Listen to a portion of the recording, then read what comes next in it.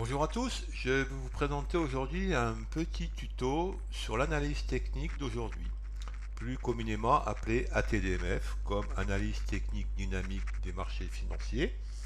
C'est une méthode qui a été mise au point par monsieur Philippe Cahen et qui se différencie d'autres méthodes car elle vous donne un objectif en durée et non en niveau. Mais avant tout, je vais vous présenter mon espace de travail. Alors mon espace de travail se caractérise par trois unités de temps différentes. L'unité de temps principale qui est ici la mensuelle, l'unité de temps majeure où nous sommes en hebdomadaire et l'unité de temps contrôle qui est la journalière. Maintenant, je vais vous montrer les indicateurs que j'utilise. Alors, bien sûr, nous avons les cours ici sous forme de bar chart. Nous avons les bandes de Bollinger, une moyenne mobile, un parabolique, et je précise, c'est un parabolique modifié, ce n'est pas le parabolique standard, deux moyennes mobiles arithmétiques, un indicateur stochastique ici, un indicateur MACD, l'indicateur de volatilité longue et l'indicateur de volatilité courte. Quelle est la différence entre les deux? La volatilité longue est calculée sur 150 périodes et la volatilité courte est calculée sur 10 périodes. Maintenant, je vais vous montrer comment prendre position avec cette méthode. Alors, la position se fait toujours au dépassement de T1. Un T1, c'est quoi? Le T1, c'est le premier cours qui a clôturé à l'extérieur de la bande de Bollinger. Et ici, nous en avons un. Alors, il faut savoir qu'avant ce T1, nous avons eu ici une phase de consolidation ou une phase de quiz. C'est-à-dire que les bandes se sont resserrées pour maintenant diverger et s'écarter avec une volatilité que l'on voit en bas ici qui augmente. La prise de position se fait toujours à un niveau supérieur au T1, donc le cours le plus haut ici était de 394, donc l'ordre sera placé à 395, donc c'est un ordre que l'on place à seuil de déclenchement. À partir de cet instant, bien évidemment, on va d'abord s'assurer, j'ai oublié une chose, que sur l'unité de temps supérieure, nous ne sommes pas en contre-tendance de cette unité de temps. Bien sûr, ici, nous apercevons que les cours sont haussiers, qu'ils sont coiffés par la MM7, que nos moyennes mobiles sont bien orientées, que notre indicateur stochastique est bien orienté, ainsi que notre indicateur MACD.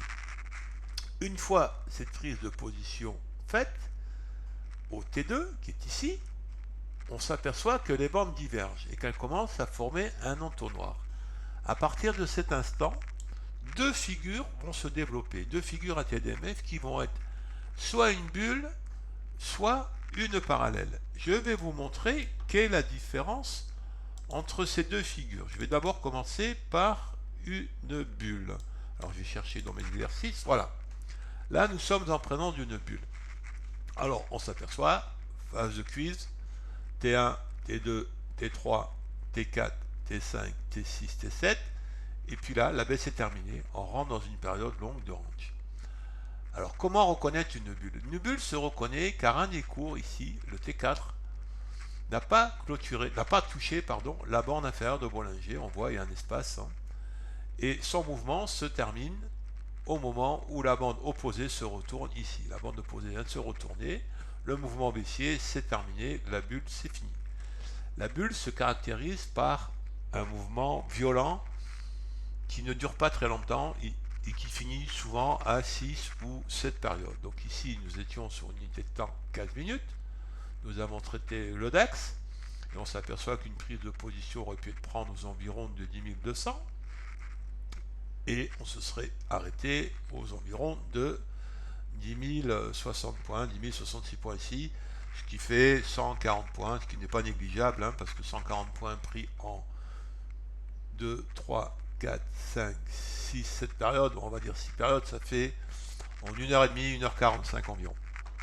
Maintenant, je vais vous montrer ce qu'est une parallèle. Alors, je vais essayer de vous trouver ça.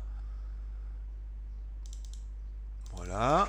Là, nous sommes en présence d'une parallèle et l'on s'aperçoit, comme d'habitude, T1, T2, T3, T4, et ainsi de suite. Et on s'aperçoit que cette parallèle, elle va jusqu'à T30, ce qui n'est pas négligeable. T30 sur une unité de temps hebdomadaire, c'est énorme. Donc on peut garder sa position pendant 30 périodes environ.